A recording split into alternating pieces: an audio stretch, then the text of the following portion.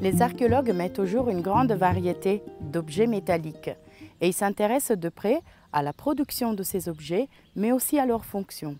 Nous allons rejoindre Gilles au centre de recherche pour en savoir plus. Bonjour Gilles. Bonjour Kia. Tu es un spécialiste de l'étude des objets archéologiques métalliques. En quoi consiste ton travail? Alors, mon travail, c'est effectivement les objets métalliques qui sortent du site de fouille. Au bout de 2000 ans, il y a assez peu d'objets qui se conservent, essentiellement des objets en céramique ou en métal. Voilà. Et ici, tu as un exemple d'un couteau retrouvé à Bibracte. Et c'est rare de trouver des objets entiers en fouille. Alors, les objets entiers en fouille, en général, ils sont très rouillés au bout de 2000 ans. Sinon, on trouve essentiellement des bouts. Des bouts d'objets. Voilà. Donc ça peut être ce bout-là, mais on ne sait pas si c'est un couteau ou pas, ou ce bout-là, mais on n'aura pas toute la partie en dessous. Donc c'est des petits fragments, des petites parties d'objets, et à travers ces petites parties, il faut comprendre l'objet en entier. Exactement.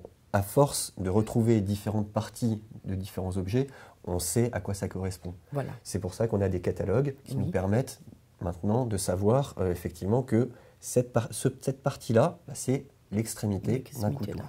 C'est tout un autre travail par rapport à l'étude d'un récipient en céramique, par exemple. Alors, effectivement, un récipient en céramique, ce matériau-là, ça concerne essentiellement de la vaisselle. Oui. Donc de la vaisselle avec un sens, un fond, précis. Un bord, et effectivement, on sait comment ça marche. Voilà. Quand on a juste une partie, c'est toujours un petit peu plus délicat et on est obligé de rechercher un petit peu plus loin à quel objet peut correspondre cette partie-là. Oui. Et du coup, tu vas les dessiner, tu vas les étudier, faire des fiches pour essayer de compléter ces catalogues. Alors, pour chaque objet, typiquement, on fait une fiche, on pèse les objets, on les mesure avec les instruments de mesure, on prend les différentes épaisseurs et ça permet de compléter les catalogues et aussi, nous, de se servir de d'autres catalogues, d'autres sites de fouilles pour avoir des références et pour comparer les objets les uns par rapport aux autres. C'est très intéressant tout ça. Et ici, je vois que tu as un objet assez particulier. Qu'est-ce que c'est? De quoi il s'agit? Alors, dans cette petite boîte, on a plein de petits fragments qui sont des petits fragments tout plats, assez brillants. Et ça, c'est un déchet de la fabrication d'un couteau. Donc, un forgeron, pour fabriquer un couteau, il va partir d'une barre assez plate, qui va chauffer, et puis qui va frapper. Et en général, il y a des étincelles qui sautent lors de la frappe de l'objet. Et ce n'est pas des étincelles de feu qui sautent, mais c'est des petits éclats du métal qu'il est en train de frapper, qui s'éjectent au moment où on frappe. Et donc, ces petits objets, ils se retrouvent toujours dans les ateliers de forge et ils se retrouvent par terre, ils ne disparaissent pas et on peut arriver effectivement à les retrouver. Donc en fouille, comment on va s'y prendre pour les voir?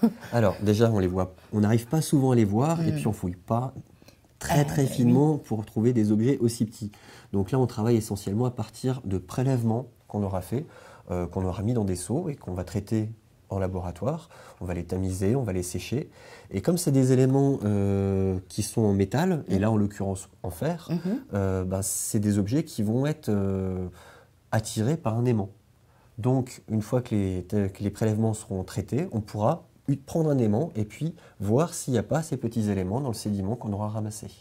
Et interpréter le site de fouille comme une forge, par Exactement. exemple. Eh bien, merci beaucoup, Gilles. De rien. Tous les objets qui sont au musée de Bibracte, et en particulier les objets métalliques, ont été étudiés avec cette méthode. Merci et rendez-vous au prochain épisode.